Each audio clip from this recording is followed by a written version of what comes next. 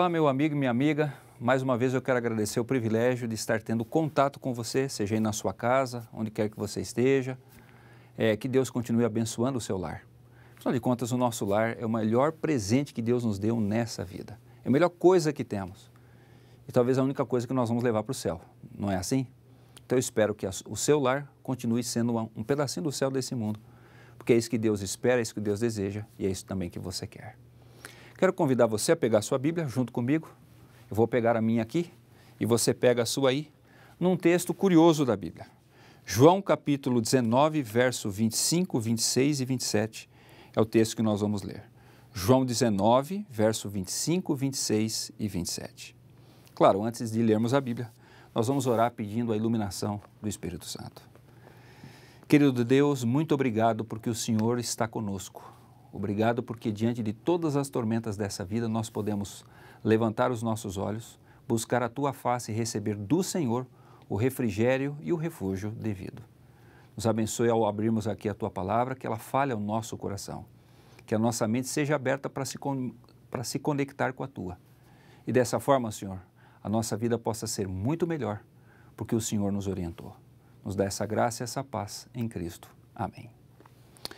João 19, verso 25, 26 e 27 fala assim: E junto à cruz estavam a mãe de Jesus e a irmã dela, e Maria, mulher de Clopas, e Maria Madalena. Vendo Jesus sua mãe junto a ela, o discípulo amado disse: Mulher, eis aí teu filho. Depois disse ao discípulo: Eis aí tua mãe. Dessa hora em diante, o discípulo a tomou para casa. Esse verso da Bíblia me chama a atenção por uma coisa. Jesus estava pendurado na cruz, o pior tipo de morte que havia no seu tempo. Imagina, Jesus esvaindo em sangue, ele passou aquela quinta-feira à noite, ele suou gotas de sangue, durante a noite toda ele apanhou, de manhã ele foi condenado, foi preso, depois teve que carregar a cruz, até chegar ali no Calvário e ser crucificado. Foi um sofrimento terrível, doloroso, mas ali em cima da cruz, ele olha para baixo e ele vê quem? Ele vê algumas pessoas que são muito importantes para ele. E no meio dessas pessoas estava a sua querida mãe. Jesus, então, ele não se preocupa mais consigo. Ele passa a se preocupar com ela. E ele dá uma ordem. Você está vendo aí João, que era o discípulo mais novo que Jesus tinha? Então, mãe, João agora vai ser o seu filho, a senhora vai ser mãe para ele. Depois olhou para João e falou o seguinte: João, agora você vai ser filho para minha mãe. Isso é, você vai me substituir, porque é isso que a minha mãe precisa, é isso que ela precisa nesse instante de tanta dor, de tanta angústia, de tanto desespero. Eu não sei, querido, se você já perdeu alguma pessoa muito importante na sua vida. Acho que todo mundo que está me escutando já perdeu alguém. Eu já perdi. E Jesus aí nos ensina uma preciosa lição. Não importa quem você perdeu, que era importante, é possível continuar, sabe por quê? Porque é possível substituir. E ao substituir, a nossa vida continua e não somente continua, mas ela cresce em significado, em prazer, em alegria. Você já parou para pensar quem são as pessoas que são importantes na nossa vida? Obviamente, as pessoas importantes são aquelas que se encaixam no significado que nós precisamos. Se não tiver esses significados, para nós essas pessoas passam, claro que elas estão vivas, aí elas existem, mas simplesmente elas passam e vão embora. E a nossa vida continua. O que seria então uma pessoa importante? É aquela pessoa que se encaixa no significado que nós precisamos enquanto estamos crescendo. Por exemplo, claro, no primeiro ano de vida, a pessoa que mais se encaixa na nossa necessidade é a mãe. Depois, no segundo ano, no terceiro, no quarto ano, é o pai. Depois nós vamos ter, é claro, a presença dos irmãos, que são tão fundamentais. Depois nós temos aí os avós, os amiguinhos da escola, que vão se encaixar nessa necessidade, na necessidade social. Finalmente vem a professora, vem os amigos da adolescência. Depois vem o namorado, a namorada, o cônjuge. E finalmente os filhos, os nossos pais lá que são mais velhos, na nossa vida adulta. E assim, cada instante da nossa vida, nós temos pessoas importantes. Eu quero citar um exemplo da minha vida. No começo do ano passado, eu tive a tristeza de fazer o velório do meu tio. Por que esse meu tio é tão importante para mim? Porque é simples. Eu não tive um avô, O pai da minha mãe morreu dormindo enquanto a minha avó estava ali do lado dele. Ela acordou e chamou e ele já estava morto. Então, minha mãe e os meus tios cresceram praticamente sem o pai. E eu, obviamente, nasci tantos anos depois, não tive a presença desse avô materno. Já o meu avô paterno, ele abandonou a família quando meu pai era muito pequeno. Então, quando eu nasci, eu não tinha a quem me referir. Mas eu tinha esse tio querido. E esse tio querido foi esse significado de avô para a minha vida toda. Até que ele envelheceu, tinha 83 anos de idade, desenvolveu o mal de Alzheimer, já não reconhecia mais as pessoas, até que chegou o dia que ele faleceu. Confesso para você que foi o pior velório que eu já fiz na minha vida, já que dentro da minha profissão, dentro do meu trabalho, dentro da minha vocação, fazer um velório, fazer um memorial é uma coisa já corriqueira. Mas por que isso me doeu? Porque naquele instante eu estava falando de quem? Do meu super-herói. Da pessoa que me marcou durante a minha infância, a minha juventude e, obviamente, toda a minha vida adulta. Foi uma referência para mim. Isso é uma pessoa importante. E de vez em quando a gente perde essas pessoas. De vez em quando a gente sofre porque elas se vão. Só que tem gente que consegue continuar e outros não. Por quê? É um motivo muito simples. Tem gente que não consegue substituir ou então não aceita substituições. Não, se o meu pai se foi, não, eu bato o pé e não aceito que venha outro. Se a minha mãe se foi, não, só podia ser ela, a minha mãe biológica. Tem aqueles que, não, meu avô morreu, ele era muito importante para mim. Não, eu não quero outra pessoa que faça esse papel na minha vida. É só sofrimento e dor, é só tristeza, é só abandono. Eu quero mostrar para você que a própria Bíblia menciona isso. Jesus é um exemplo. Ele disse para a mãe, mãe, como você não me terá mais durante muito tempo, porque mesmo que eu ressuscite eu vou para o céu, a senhora precisa ter alguém que possa ocupar o meu lugar para que o seu coração possa estar em paz. Alguns anos atrás, uma garota me disse assim, pastor, sabe qual é o meu sofrimento? Eu tenho 12 para 13 anos. Os meus pais se separaram quando eu era menina ainda. Meu pai se casou de novo. Eu tenho um irmãozinho desse novo casamento que meu pai tem. Mas, pastor, eu tenho uma dor tão grande. Por quê? Porque ele não aparece. Sabe, pastor, esses dias, ele disse para mim assim, olha, filha, fica tranquila. Eu vou aparecer tal dia, de noite, lá pelas 7 da noite, você fica bem bonita para sair comigo. Ela me disse assim, pastor, quando um pai que não vive com você faz essa proposta, nossa, é o melhor dia da sua vida. Eu coloquei uma fita no cabelo, eu fiquei linda, eu fiquei bonita, eu fiquei maravilhosa, imaginando que ele viria e iria gostar. O pastor chegou às 7 da noite, ele não estava lá, 8, 9, 10, 11 da noite eu já estava dormindo no sofá, quando a minha mãe disse assim, filha, vai dormir porque seu pai não vem. Pastor, o que eu faço? Eu disse para ela, filha, você precisa começar a substituir. O seu pai, ele não está morrendo fisicamente, mas ele está morrendo no significado. Então você tem que encontrar outros homens que possam fazer a figura paterna, homens castos, homens decentes, homens que possam fazer essa função na sua vida para que você possa continuar vivendo. Mãe e pai a gente nunca joga fora, mas quando eles se passam na nossa vida, nós podemos sim achar alguém na sociedade que possa fazer esse papel por cada um de nós. Você já encontrou as pessoas que têm substituído? As pessoas que são mais importantes para você? Se você encontrou isso, eu não tenho dúvida, sua vida está sendo feliz. Mas se você não tem encontrado, quão grandes trevas você pode estar nesse instante? A tormenta, porque você olha para os lados e não tem referência, não tem a quem recorrer, quando você precisa desses papéis na sua vida. Tem mais uma coisa, querido, que todos nós precisamos. Um dia, nossos pais se vão pela morte. Mas também um dia os nossos pais mudam o significado na nossa existência. Você quer ver uma coisa? Quando uma mãe está gestante, ela tem o significado ali da barriga, aquele bebê idealizado. A hora que a criança nasce, morre aquele feto e nasce quem? O bebê. Aquele feto nunca mais vai existir. Depois a criança cresce, morre o bebê e nasce o quê? A criança propriamente dita.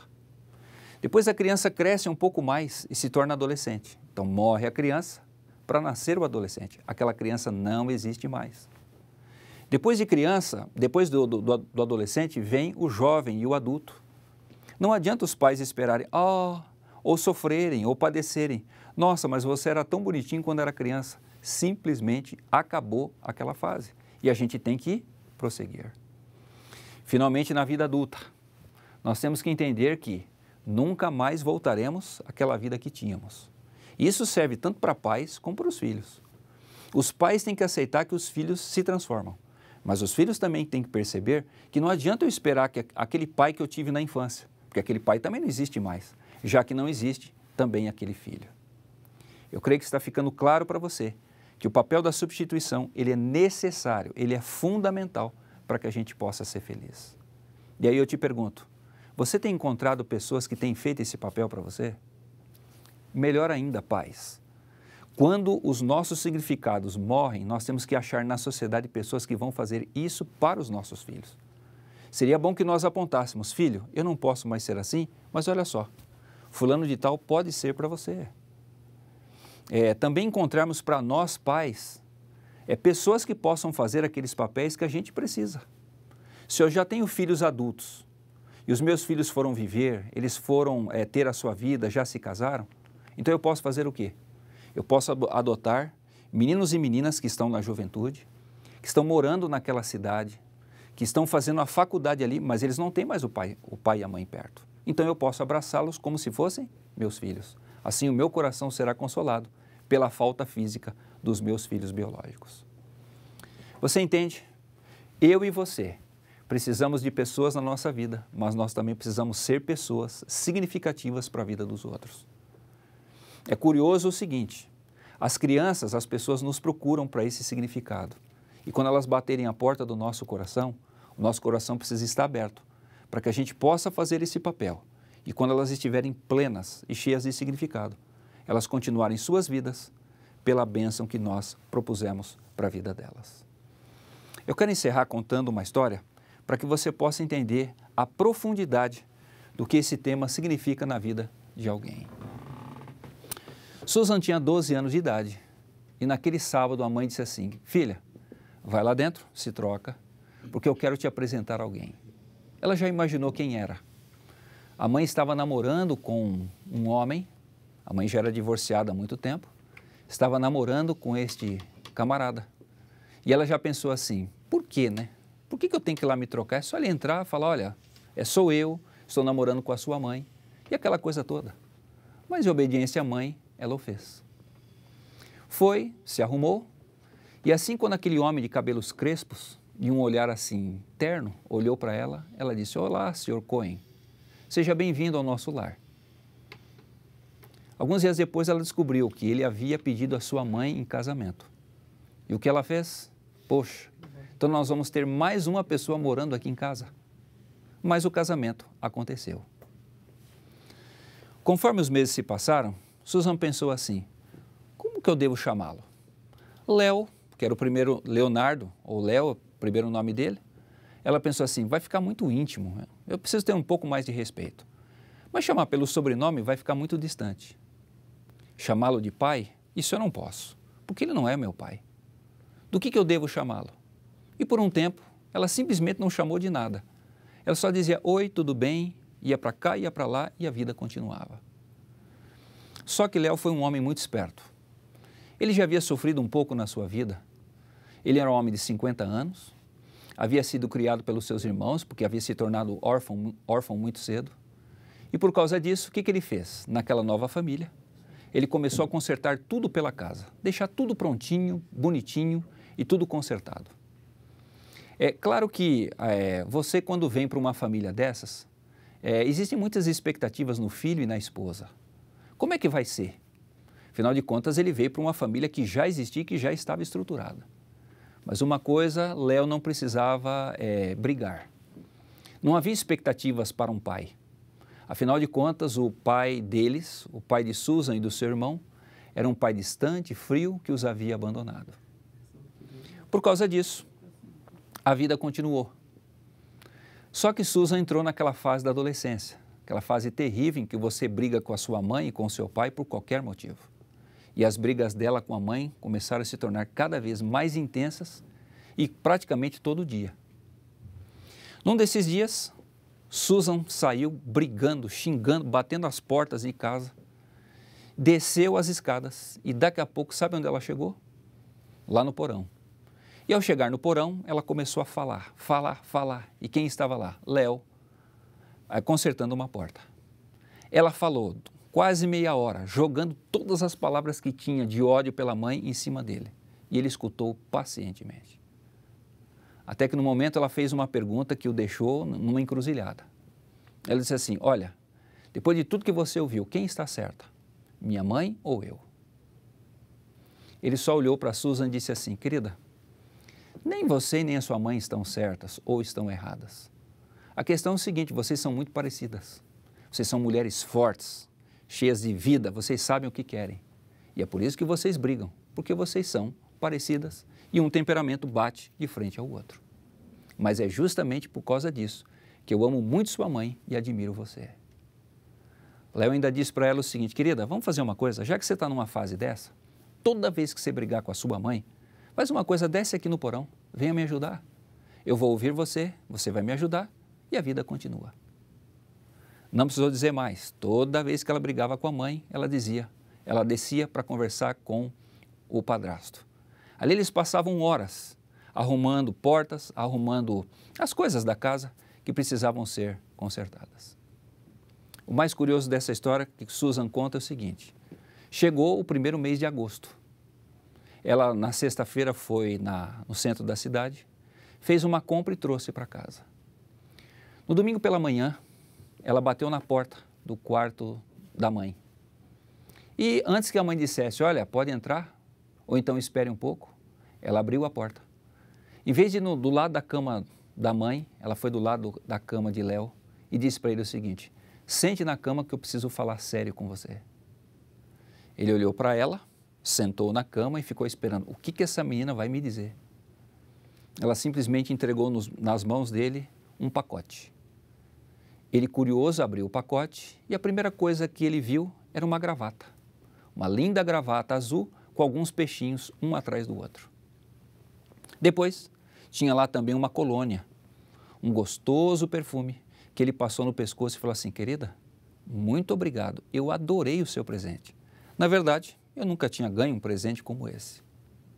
E o mais incrível foi aquilo que ela falou logo em seguida. Ela só olhou nos olhos dele e disse assim, imagina, que é isso?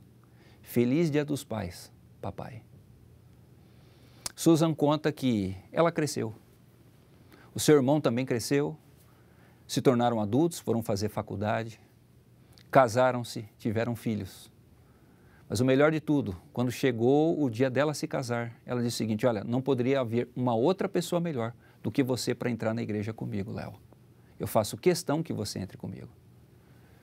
Quando ela e o irmão foram tendo filhos, eles sempre traziam os filhos para ele. E ele rolava no chão brincando com aqueles que ele chamava de neto. O mais curioso é que Léo viveu até os 79 anos dentro daquela família quando veio a falecer. E no dia do velório, os dois olhavam para o caixão dizendo assim, esse foi verdadeiramente o nosso pai. Sabe, queridos, Susan tem certeza de uma coisa. Léo escolheu a família dela. Léo escolheu a esposa, Léo escolheu aqueles 2 filhos para amar. Por isso eles foram felizes e por isso ele também foi feliz. Ele aceitou as pessoas que vieram fazer significado em sua vida e deu significado às pessoas a quem ele amou.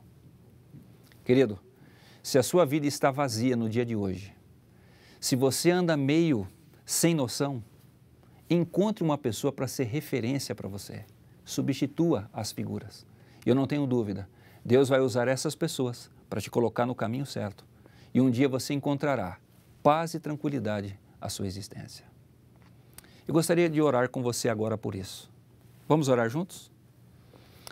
Querido Deus, muito obrigado porque na nossa vida o Senhor nos deu a nossa família. Mas é claro, Senhor, que a nossa família não é perfeita. Muitas vezes há falhas incríveis. Às vezes também, Senhor, por melhor que os nossos pais sejam, eles não conseguem nos dar tudo. E também chega o dia que eles morrem e vão embora. Senhor, que nenhum de nós se perca nessa vida porque isso aconteceu. Mas nos dá, Senhor, a graça e o poder de encontrarmos homens e mulheres que possam fazer os papéis que são tão caros no nosso coração. Que nós possamos achar os substitutos devidos, como Jesus achou um substituto para Ele mesmo, ali para a sua mãe. E dessa forma, Senhor, a nossa vida possa ser plena e cheia de significado em Cristo. Nós te pedimos o nome dEle, que é o nosso refúgio e o nosso Salvador. Amém. Querido Deus, abençoe você e a sua família e não se esqueça, Deus é nosso refúgio e fortaleza, socorro bem presente na tribulação.